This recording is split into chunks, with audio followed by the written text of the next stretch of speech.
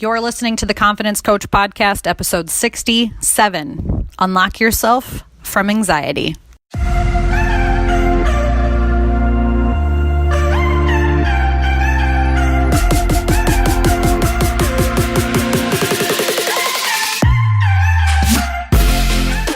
Hey guys, I'm really happy to say that I have Stephanie here with me today.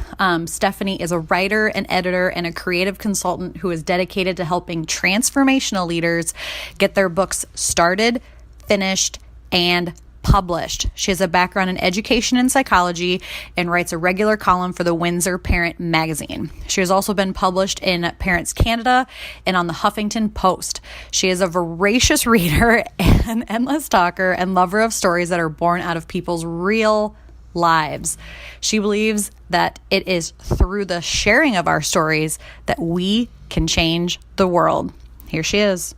All right, guys, welcome back to the podcast. Today I have another guest, a friend of mine, and we've actually met, I want to say it was 2 years ago in a mastermind. It's crazy to say that it was 2 years ago because I think it was 2017 that I joined it.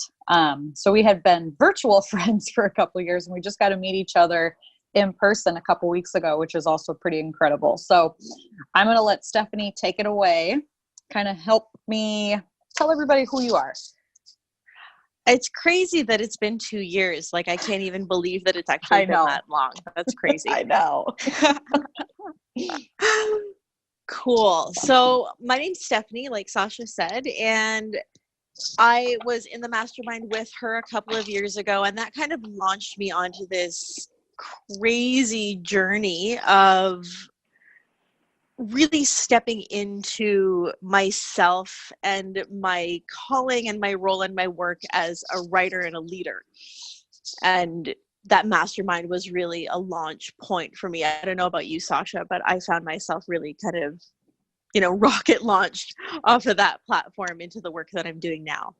Oh yes, 1,000%. I was in the corporate world a few years ago. So had I not, actually I think I can't remember if I quit right before I joined the mastermind or if I joined the mastermind and then quit. But either way, I was like sick of the corporate world. I was like, I have to do something different.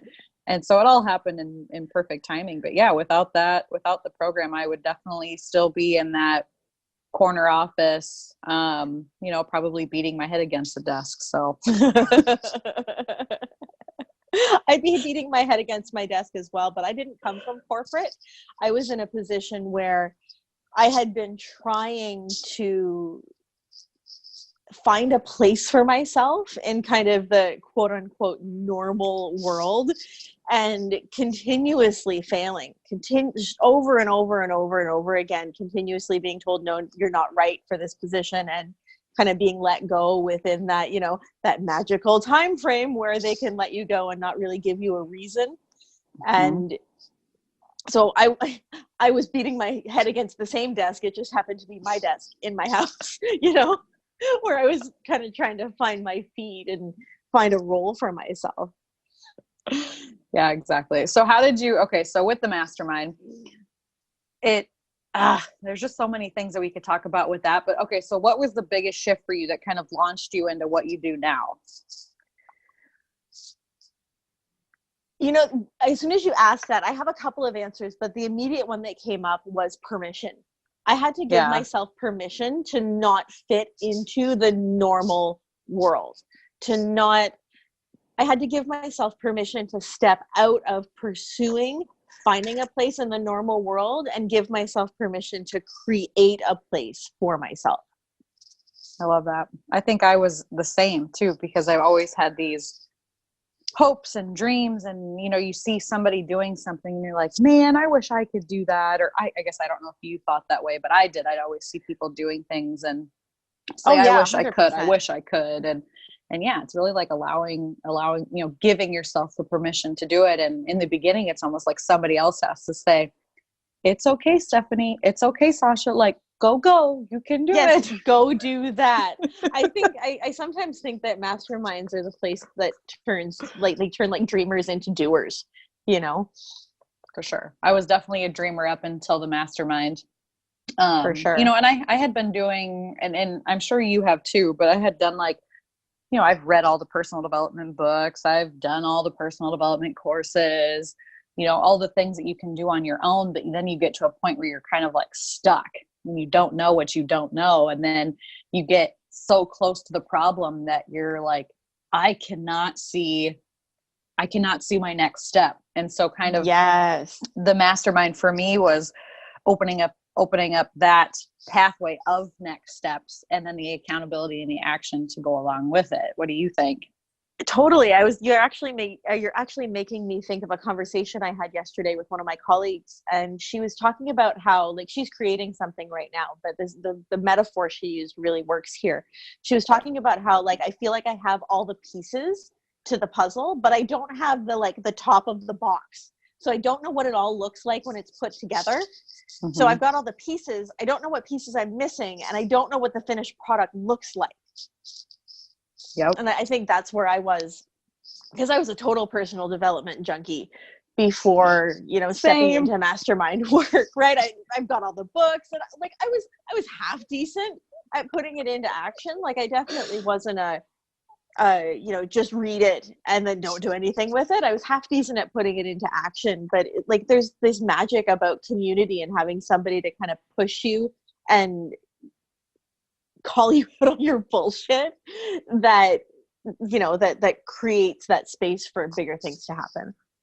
For real though. I mean, it really is having like the, you know, high action accountability and really having somebody to call you out on your bullshit, which I think was probably the biggest thing for me. And I'm assuming for you, because for sure, we're both smart individuals, you know, sometimes too smart to where we outsmart our own systems. You're like, I'm going to do this, this, and this. And then you're like, but this is why I can't do this. You talk yourself out of something. Yes, totally. And you know what? Somebody told me once, it was somebody that I worked with before the mastermind where I met you. Somebody told me once that actually knowing things, that response like, oh yeah, I know, it actually blocks you from growth. Because if you immediately say, I know, when somebody tries to tell you something, then you're blocking yourself from potentially learning something new. I love that. You know, that's funny that you say that, because my go-to was, I don't know. I was just apparently really open to receiving new information. Well, and like both of them are blocks, but it depends, right, on whether you're open when you say it or if you're closed when you say it. If you say, I don't know, and like, that's it, and it's the end of the story, then like, you're screwed. If you say, I know, and that's it, you're closed, that's the end of the story. You know, you don't get any more. But if you're open when you say those things, and like, it's a completely different situation. And there's that learning too, right? Like the difference between being like locked down and closed down and in defense mode, and being in open and receptive and, you know, ready to notice. Yep. Yeah, it's funny that you talk about that, because I always say that you know, the teacher appears when the student is ready. And this is something that I'm sure you say to your clients, and I say to mine all the time, because it's so true for me. Because I shit you not, if I would have met any of you guys 2 years before, I would have said, this is a bunch of woo-woo hippie bullshit. Get that away from me. I don't need this. You know what I mean? I would have been just in such a closed off, angry, defensive state that there would have been, you couldn't have given me $1 million to pay for, you know what I mean? Like, totally. I wouldn't have done it.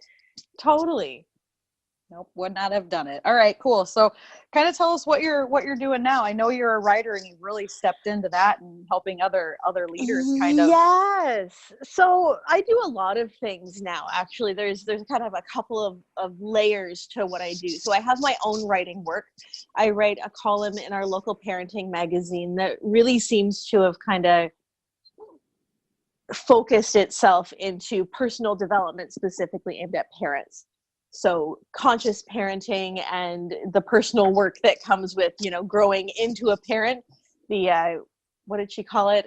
Personal development on steroids work, you know, and taking parents out of survival and helping them to helping them to navigate that up leveling that is becoming a parent, so that they can become rather than just survive. So I've been doing that for a couple of years now. I'm working on my first book. Right now, I'm actually in the final edit stage, so I'm very excited. That should be done by the end of the month. That's exciting. What's that about? Or can you Right? tell us? I can totally tell you. So this book, it makes me laugh because it started out as a very personal project. It relates to the kind of next level of the work that I do. So something else that I do is I work with authors, and I can do anything with an author depending on what level you need me at. So I can edit. I do editing work at a bunch of different levels. I help people, come up with a draft of their idea, and I can kind of do mentoring, coaching work from, draft all the way through final draft, and then through, like, I have people that I can hand you off to at that point to go through publication. But this book, because I had not published my own work yet, I thought, well, you know what, it might be a really cool idea to, just take myself through that process from draft all the way through to uploading and navigating the kind of Kindle Direct and learning how Amazon works and all of that. So it was really just a personal project to kind of give me more knowledge as a coach and a mentor. But like books and ideas tend to do, I'm not the boss. I've learned I'm not the boss of this book. The idea is the boss, and it has other ideas for itself. So the book itself is called The Courage Key. It's about how to unlock yourself from your anxiety and take back control of your life. So the principle, the idea behind this, and trust me, it's taken a lot of me talking about this book to kind of boil it down and learn how to say it so that, I'm not telling you the whole book before you read it. Yeah. The principle is to take anxiety out of disease and disorder and pull it into your team and your toolbox. I like that. I like that a lot. So I find what happens, or when I talk to people about anxiety, and when people talk about anxiety who are, experiencing it and maybe have it out of alignment in their life when they're in survival, what people will say is, I have anxiety. I have anxiety. And they wear it as like a label and point to it as an excuse. And it's evidence in their minds that they're somehow broken or disordered or made wrong.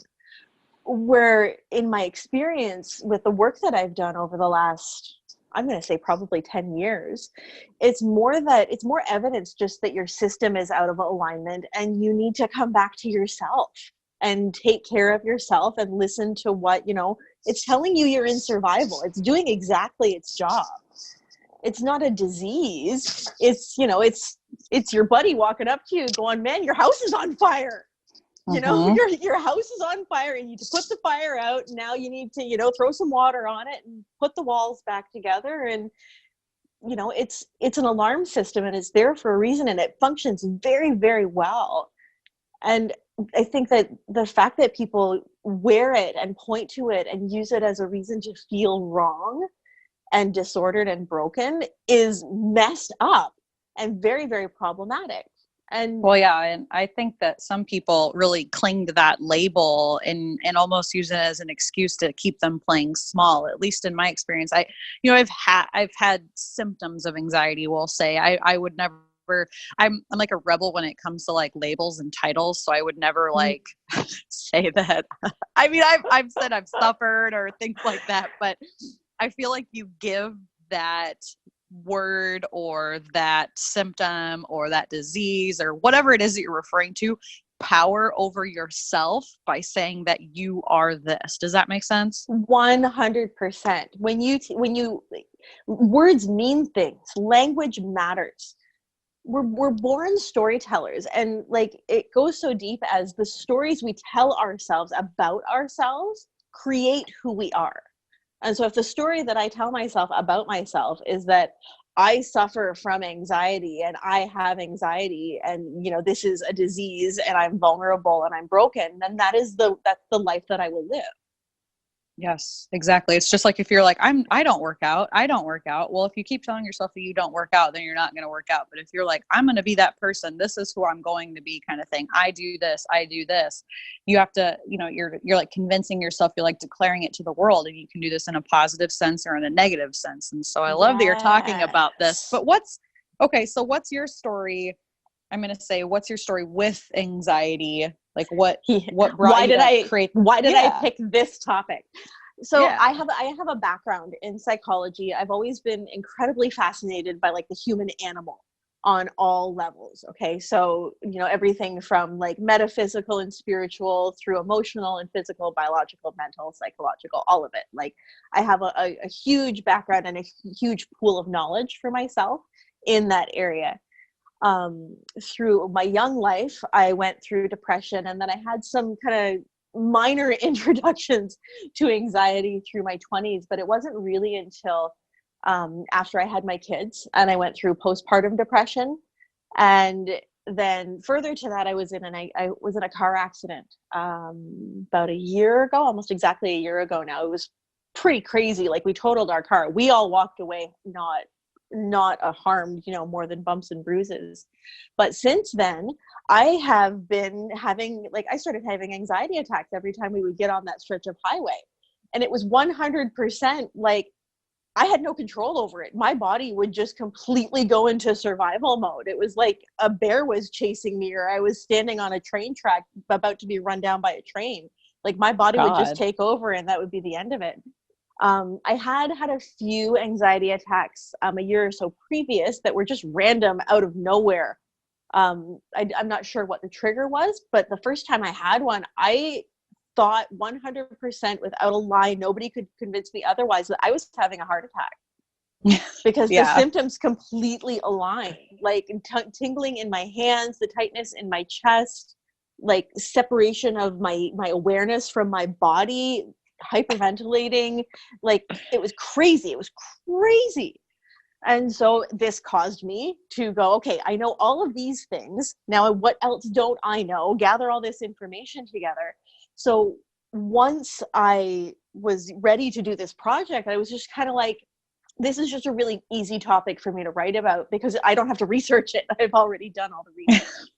Right. And so it kind of walks the reader through what I know, what I learned, and how I came to kind of pull anxiety back into my team and into my toolbox, and not wear it as a label of evidence of my brokenness. Because the fact that the cool thing about anxiety is it's out of alignment with our modern world. It's just like, it's a system that's designed to keep us alive, but it evolved in like the savannas and the jungles and the forests, right? Mm-hmm, so it identifies a threat, and then it prepares your body to survive. Well, in the modern world, we're not running from fucking saber-toothed tigers and bears and shit, right? Our threats are like overdue bills and debts and like road rage and cranky neighbors and overwhelm at work. But you can't run from those things the same way you can run from a tiger. And so it keeps our bodies in this like low level of stress activation all the time, which floods our bodies with cortisol and adrenaline.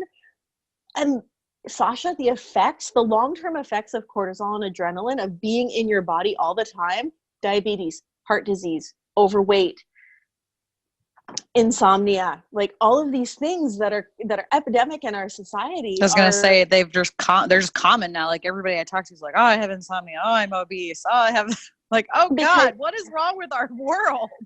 The evidence for me points to that we are all in low levels of survival all the time. Cortisol can only be burned by cardiovascular activity. So we are constantly in survival mode, constantly. I'm not going to talk about it too much more, but there's one more little factoid that I found really, really fascinating. So the piece of the brain, the little part of the brain that kind of manages this whole process, is called the amygdala, and it's deep inside your brain. And the amygdala can process like ridiculous amounts of information really, really, really fast. And it does it like unconsciously. It's outside of your conscious awareness. So think about the world that we live in. How much stim do we have coming at us all the time? Oh, it doesn't stop. Exactly. So our brain is responding to that, going, okay, there's way too much shit coming at me. I'm going to turn on this little part of me that can process all of this information. The result of that being that amygdala is turned on all the time and just constantly dripping cortisol and adrenaline into your body, because it's the only part of our brain that can process the amount of information coming at us. So how do we stop that? And I mean, I know that there's certain things that I do, and you are totally speaking my language. Like, I also have like a pretty extensive background in like psychology and things like that. And so when you talk about the brain, like my face just lights up. I'm like, yes, let's talk about all the things. Right? I'm so the same way. So, okay, there's a couple of things that you can do. Number one is to recognize it, because when here's this is messed up and it's kind of cool. So when you're experiencing anxiety, and then you take on the label of, I have anxiety, therefore I am wrong. Anxiety is your brain going, something's wrong. Mm-hmm. So then it scans for that threat, right? When you Yep. take the anxiety and you pin it to yourself and make yourself the thing that's wrong, you just feed the spiral, and now you're locked into it. So one of the first things that I think is really important is to identify that nothing is wrong. You are experiencing anxious feelings because you've trained your brain into a habit of experiencing anxious feelings. Yep. You are not wrong. Nothing's wrong. Your brain is doing exactly what it's supposed to do. It is working perfectly. So that kind of helps start. And then for me, and like, here we go with the woo, for me, my first step into really retraining my brain was meditation. Oh yeah, definitely. I started with like 3 minutes a day. 3 minutes a day. I'm up to about 25 minutes every day. That's awesome. It's fabulous, and it goes by like nothing, right? Like it's very valuable.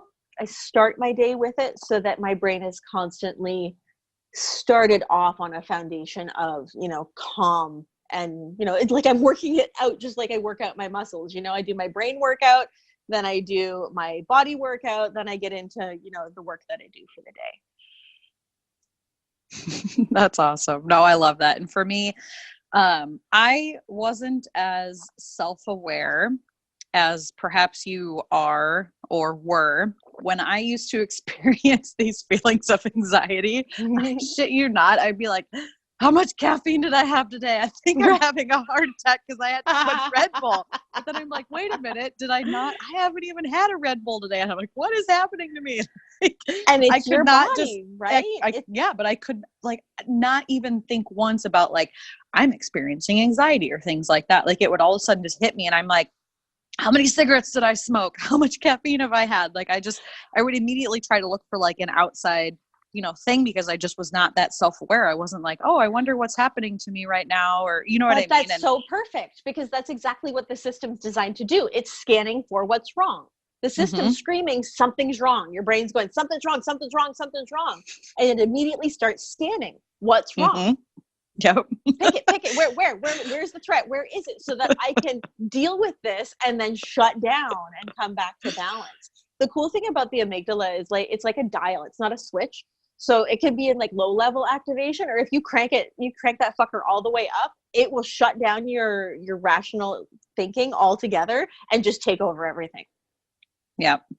I think I've experienced that before too, and I try to catch, and I don't really experience anxiety like I have in the past. Actually, I don't even know if I have in the last couple of years. That's been like, mildly, but nothing that's like debilitating where I'm like, oh yeah, but now I almost try to retrain my brain to think excitement versus fear. 100%. Or something's wrong. And so that has been very helpful to me. And then also, like you talk about just being constantly stimulated, like we have computers, we have phones, we have lights, we have people talking, we have TVs going, we have, fucking toasters, and, everything in our house is running on some sort of electricity, which emits some sort of a vibration, and we can get into all that too. And the 10 million cars on the roads, and all the commercials all the time, and our phones in our face. And it's just like, there's never, unless we design our lives to have quiet, low stim space, we will never have it. Yep, exactly. And so I'm going to agree with you 110% on the meditation. And then the other thing, when there's not 2 feet of snow out and it's not negative 20 degrees, I do enjoy taking a walk barefoot throughout the grass, and just like leaving my phone inside or whatever it looks like, and just connecting with like nature, right? Like get yourself grounded. Yeah, exactly. And I think I've even heard of people call it earthing, where you go out there, you just like ground yourself with the earth and like get back to your roots kind of thing. And that's been very helpful too. It's one of the things I look forward to in the spring, the first time when I can go out and put my bare feet in the grass. Seriously, me too. Like, I'm not even kidding you. Like, I'm looking at like 2 feet of snow and I'm like, will it stop? Right. And like nutrition is amazing. Eating good food helps your body to stay, if you eat crap food, then your body goes, oh my God, I must be starving. Right? Mm-hmm. Where's the real food? And that keeps it in stress. If you're dehydrated, same principle, drink sufficient water. But I'll go right back to the fact that I said that cortisol can only be burned by cardiovascular activity. So if you are not getting your heart rate up, you're not getting that cortisol out of your system, and it's just going to hang out there and keep making you feel like garbage. Yeah. And I almost think of it as like in a volcano, right? So every day that you don't like consistently release a little bit of pressure, it starts to build, right? And then that's where you get those anxiety attacks. That's where you get that explosion and all the destruction that follows it. Because a lot of times we do things that we wouldn't normally do under normal circumstances, because we've been placed in such a high stress situation, regardless of whether or not we actually are in a high stress situation. Our bodies and brains feel like it. And then we do things that we wouldn't normally do, Yes. And it's like, we know it as the fight or flight system, but it actually has 2 other faces: freeze or hide. So if, again, you might decide ever have that feeling where you're just like, oh, I just want to run away. I just want to get on a plane and just like never, ever come back. That's that system talking, right? If you feel like the messed up thing about it is if your tendency is towards hide, then your anxiety, your experience of your anxiety will tell you that doing the exact thing you need to do to feel better is a threat to your survival. And so it will keep you pinned to your couch. Mm-hmm. Definitely will. It's funny you say that, because that used to be like my go-to when I was younger. I'm like, fuck it all. I'm just going to run away and live on the beach somewhere. Right. And then like fight. Some people manifest anxiety as like, they just snap. They have that hair trigger temper and they just lose their shit and like scream at people. Okay, well, maybe I have that too. Well, shit. But okay, let's land this particular plane and say that here's the thing about anxiety. So it will always be with you because it has a very, very specific and particular function in your body and in your life that we need. Mm-hmm. When I was in that car accident, I have a space where I don't remember anything because I think I blacked out because we hit the barrier and then I don't remember anything until the car kind of slid to a stop.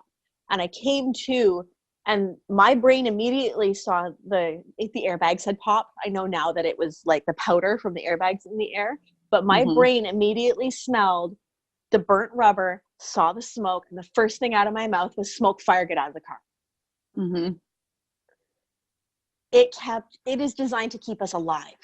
You want to be alive. Yeah, I think we all are pretty clear on the fact that being alive is what we want. And so that system functions to keep us alive. That's why it's there and it's important. And it will tell you, if you pay attention to it, if it comes up in your life, like once you bring it back into alignment, if you pay attention as it kind of the dial starts to turn up and what it's telling you, it gives you very, very important information about what you need. What's off? What's out of alignment? What's going on? What do I need? How can it will actually help you to thrive if you can learn how to get in touch with it and pay attention to it without getting scared of it. Because there's another messed up thing about it is, if you get anxious and then you go, oh my God, something's wrong, I'm anxious. Oh no, now I'm afraid because I'm anxious. What's wrong? And now I'm afraid because I'm afraid. And now you're just fucked. Right? Spiraling. Because, exactly. you can develop a different relationship with it. So you can recognize it's actually like, I've pulled it into my team and now it's like my buddy, Mm-hmm. Yep, exactly. So would you say that, fear and anxiety is one of the number one things that holds people back from, I guess, just going after their, we'll say, dream life or Yep. whatever goal it is that they have in mind, Yep. 100%. Because so say you're planning to do something new. Okay. You've been Mm-hmm. doing the same thing. You've been in a corporate job for let's say, 10 years. You've been in your corporate job for 10 years. You've been doing it the same every day. And your brain knows that you have stayed alive every day that you have done this corporate job. And you have finally decided, okay, you know what? I don't like this corporate job. I'm not enjoying it. I would like to go and start a coaching business. And your brain goes, wait, well, hang on. Just a sec. I'm sorry. You said a coaching business, but we've never done that before. Corporate job means alive. We stayed alive every day. We work this corporate job, coaching business. I don't have any data on that. That's possibly a threat. We could possibly die. Mm-hmm. Right? And so it kicks in that fear. Yes. But we have to be able, but people read it so differently, right? You feel that fear and your immediate thought is, oh, I can't do that. I shouldn't do that. I'm not worthy of that. And then all your shit comes up, right? Because it's going to try and convince you this place is safe. That place is not safe. I'm going to pull out everything that I have to convince you to stay over here because we know you stay alive when you stay over here. Yeah. Going over definitely here, it's scary because it's new. You might not survive, so I'm going to give you every reason in the book why you shouldn't. The key for me has been to be like, is that true? Can I absolutely know if that's true? No, I can't. So I'm going to be scared. And then I'm going to be brave. And I'm going to try this thing. And oh, look, I didn't die. Cool. Next. Right? That's where that courage piece comes in, because the definition of courage is doing something that scares you. Mm-hmm. If you're not afraid, it ain't courage. End of discussion. Yep. I talk about courage a lot. It's one of my favorite topics. And if we could get into the woo-woo stuff, a lot of times there's a vibration for every emotion, right? And so courage comes right past, like, if I remember right past like the anger and stuff like that, because first you got to get mad, right? And then you're like, oh, I want change. And then you get to the point where you're like, oh gosh, I know I need to do something to make this happen. And that's where that courage steps in, right? Yeah. And then after you do that courage step, you can start to experience, the freedom, the joy, the happiness, the love, and all of the positive emotions that follow. But courage is kind of the breaking point between being stuck where you are and being where you want to be. A lot of times we're seeking security on one side of courage, which security, I mean, like, things stay the same. We're not going to die. I don't really feel like I'm in alignment with where I want to be, but I know things are okay, or whatever that looks like. Right. And then you pass that point of courage, and then you seek freedom on the other side, where you're like, oh, I can do things. I'm not going to die. This is the life that I want to be living. I'm happy. I'm joy, whatever it is. But courage is that barrier point, is that breaking point. And I know we had this conversation, a week or so ago. And I agree with you. I don't feel like courage gets enough attention, I guess. People don't talk about it enough. Well, no, because people immediately want confidence. That's what they want first, right? Mm-hmm. But it's not that simple. First, you have to find something or decide you want to do something that scares the shit out of you. And then you have to decide, you know what? Okay, so let's answer the fear question. Am I going to die? Probably not. Okay, so next, right? Next is, okay, am I committed to doing this? Yes. Now I have to actually do it. And that's where the courage comes in. And you have to be able to be like, okay, I am afraid. I need to be brave. We value bravery and courage in so many people. Like, I bet you if you ask anyone, they have an example of somebody in their life that they just so admire. And the reason is because they're so goddamn brave. They're so Yep. brave. I could never do that. Mm-hmm. My question to you is, have you ever been afraid? Then you have the capacity to be brave. You need to find it within yourself. Definitely. Right. And And then you practice, and then you're brave. Like for me, for me and my clients, it's about, you have to be brave enough to put out a blog post on the internet. You have to be brave enough to tell a vulnerable story. You have to be brave enough to put something out there and risk nobody paying attention to it. And I'm not sure which is worse, nobody paying attention or people making fun of you or trolling you or, putting nasty shit in your comment section. I'm not sure which is worse. I think it depends on the person. And then as you do that, and as you see that I'm actually doing pretty okay at this. Hey, I'm actually pretty good at this. Oh, hey, look, this is getting some attention now. I'm getting some traction. That's where the confidence comes in, because confidence is actually, the definition of that word is knowing that when you do this, you are skilled and it's going to go well. Yep. And confidence is the result of doing a courageous act. Exactly. Which is doing something that you're scared of. Mm-hmm. So what's the number one fear of your clients then? Well, like I just said, I'm not sure if it's that nobody will pay attention or if it's that it will piss people off. Okay. I wasn't sure if that was a real life example, if you were just saying that, because for me, if you just put myself on the spot, I think I would be more scared for nobody to see it than somebody to see it, because for me, I guess I've conditioned myself that even like bad publicity is still publicity. You know what I mean? For sure. And you're scrappy. You're scrappy. I am kind of scrappy. So I totally knew you were going to say that my biggest fear is that, nobody's going to pay attention. And like, the shit that comes up is like, who am I to, presume to be an expert? Or, what if somebody comes and, starts shit in my comment section? Or, what if nobody needs what I have to say? Or, it's that kind of stuff that comes up for people. Mm-hmm. But everybody has a story, and everybody's story is going to resonate differently and with different people. So talk about that briefly for a minute, because I know that there's, I'm in a couple of groups, couple of other mastermind or programs or whatever. And a fear of new entrepreneurs is, oh, the market is saturated. There's too many health coaches. There's too many life coaches. There's too many business coaches. There's too many real estate investors. There's too many fill in the blank, right? Yep. But your story has a lot to do with that. Yes. So I'm going to start this with the simple math of the situation. This blew my mind. Okay. So between 1900 and 2019, the human population on planet Earth has gone from 1 billion humans to 7.5 billion humans. It took us from the first humans way back to the year 1900 approximately to hit 1 billion. And in 100 years, we multiplied sevenfold.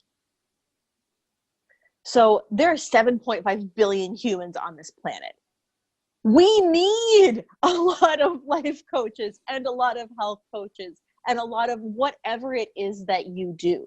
Because the simple arithmetic of the matter is there's only so many hours in a day. You can only serve directly so many people.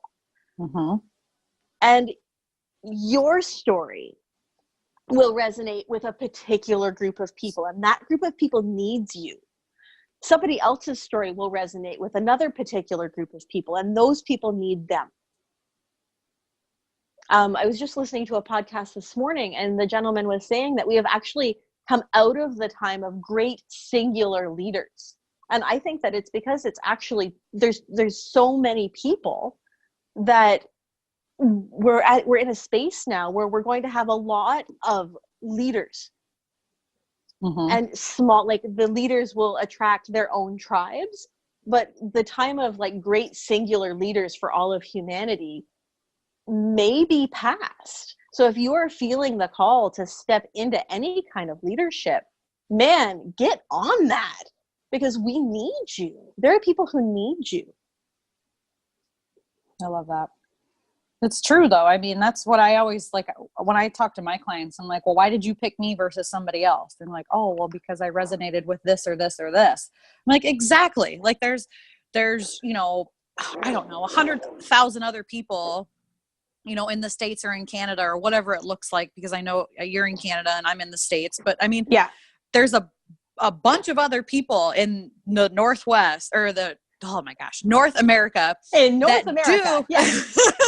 That do very similar things to me or to you, but they choose you or me or whoever it is based on our stories and our personalities. So if you can, I guess in a nutshell, how do you help people kind of figure out what their story is?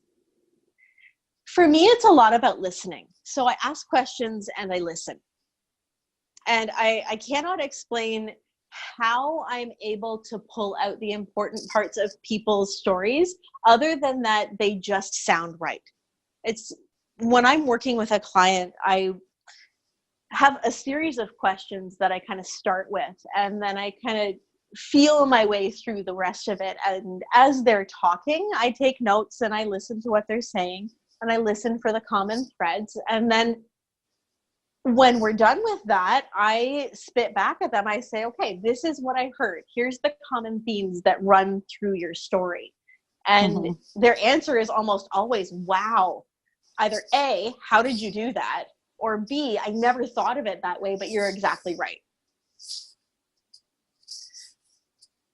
That's awesome. I know I always used to get hung up on stories, and sometimes I even still do. And people are like, well, how do you move past that? I'm like, I just keep talking. Well, I'm not sure if you've talked about Byron Katie on your podcast yet, but for me, I'm always checking my stories because everything we tell ourselves about ourselves is a story. The question is that story helpful to you or is it harmful to you?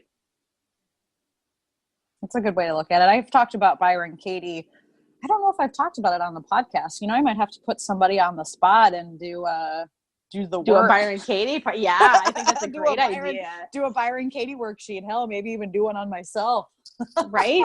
Because it's all a story. It's all a story. That's how our brains function. It's how we communicate. It's how we connect. It's how we learn. It's how we understand the world around us, and it's how we understand ourselves. For sure. I love that. Okay, so to start to wrap this up, what advice or what would you say to that person listening to this podcast, that has a dream, has a goal, maybe wants to step into entrepreneurship or whatever that looks like? What's your advice to that person? Put on your big girl pants or your big boy pants and do that thing that scares the hell out of you. And you don't climb a mountain in a single step, right? No.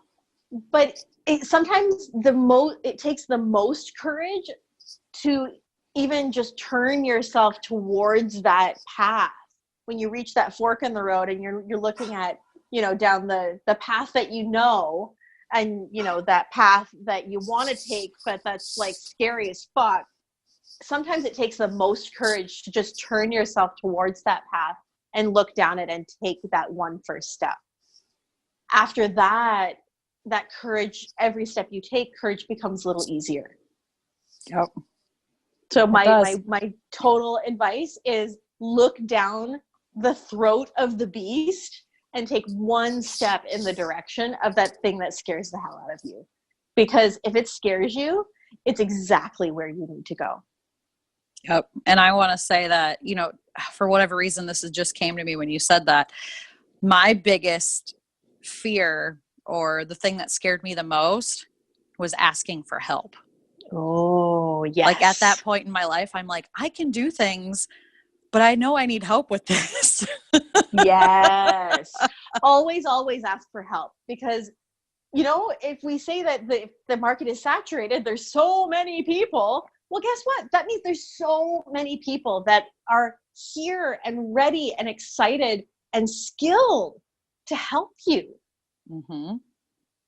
Like that's literally why I do what I do, to help to help people who are stepping into a position of transformative leadership, get their message out to their people so that they can lead. Yep. And I'm assuming you don't do any of this alone. I mean, you probably coach your clients one-on-one or however that looks, but I mean, you didn't get to where you are today on your own, did you? God, no. Oh my God, exactly. No. I like, off the top of my head, I could name at least 10 people. Yeah. Just like right off the top of my head, the list just kind of went right through my brain. I'm the same. And I don't know if I could have said that 5 years ago, hell, even 3 years ago, they'd have been like, I was a one-man show. Now I'm like, no, I have somebody to help with this and this and this and this. I don't do anything alone anymore. I think I am more connected now that I do my own work from my house than I was when I worked in an environment where I was actually working with a physical team.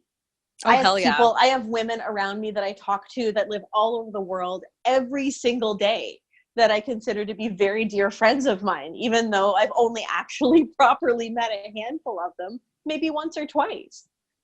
But really, it's because they're your people. And like, yes. Going back to the work thing, when I was at corporate, like I was around people physically all the time. I had my happy Sausha game face on all the time. And then like I'd come home and I'd like rip off the mask and I'm like, God, I fucking hate these people. Right? And not everybody, is magical for that, right? The internet is so magical because I have friends in New Zealand and like Australia and England and all over the United States. And it's magic. It really is. Oh, this is awesome. This is so cool. Okay. So tell people how they can get a hold of you. Like what's coming up next for you? All right. So the best place to find me is Instagram. I am at Stephanie_Renaud_. So STEPHANIE_RENAUD_ on Instagram. And I post tons of stuff. I do tons of stuff in my stories. And I'm always talking about, basically what's coming next for me. And I toss out different projects that I'm working on and different opportunities. You can find my website at stephanierenaud.ca. So spelled the same way. What I'm working on right now is working with transformative leaders. So, plain person speak, Stephanie, people who produce content for an audience, but who aren't necessarily writers. So if you are, if you're stepping into business or if you are already, building a business and you're into that growth phase, but writing is not something that comes easily to you. Like say you're an amazing kick-ass confidence coach like Sausha, but you kind of don't feel so great about your writing. That's what I do. I help you create better content in less time so that you can build audience. So that's the main thing that I'm working on right now. I'm also building a storytelling workshop, and I'm adding that layer to my work because story is important. And it's how we create connection, which is going to build the trust factor with the people that you are looking to support and help and lead with your work. So you can find me on Instagram, you can find me at my website, and you can also find me on Facebook. And I also have a podcast myself. It's called the Right Now Podcast, WRITENOW. And sneaky spoiler, you might hear Sausha on there talking about how she creates her amazing content, because that's coming too. It is. All the things are coming. I can't wait. I'm very excited. I loved this conversation. It just flowed really well, and I love hearing about all the things that you're up to, and you are very knowledgeable. Like I was like, holy shit, she knows her stuff. This is awesome. So I was really, really impressed, and I enjoyed this a lot. There is a very good reason why our kind of family nickname for ourselves is the Renaud-it-alls, like, because we're all just very like bunch of smarty pants around this house. Oh and it's Sausha, it's always a pleasure talking with you. You started my day off wonderfully. I feel all full of fire now and ready to kind of go conquer the world.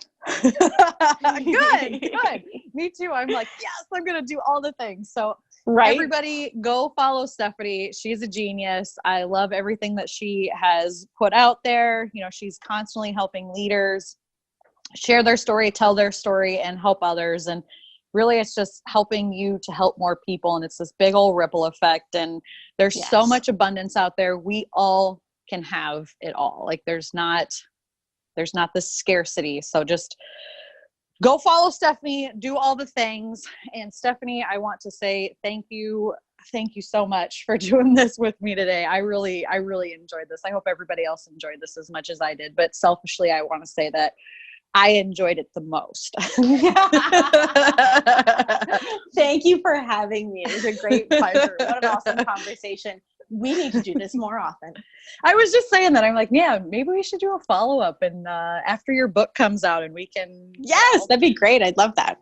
All right, let's do it. All right, guys. Thanks for everybody for tuning in. If you enjoyed this episode, please leave a review, share with your friends. Make sure to head over to the Right Now podcast and check out Stephanie's. All right, guys. Talk to you later.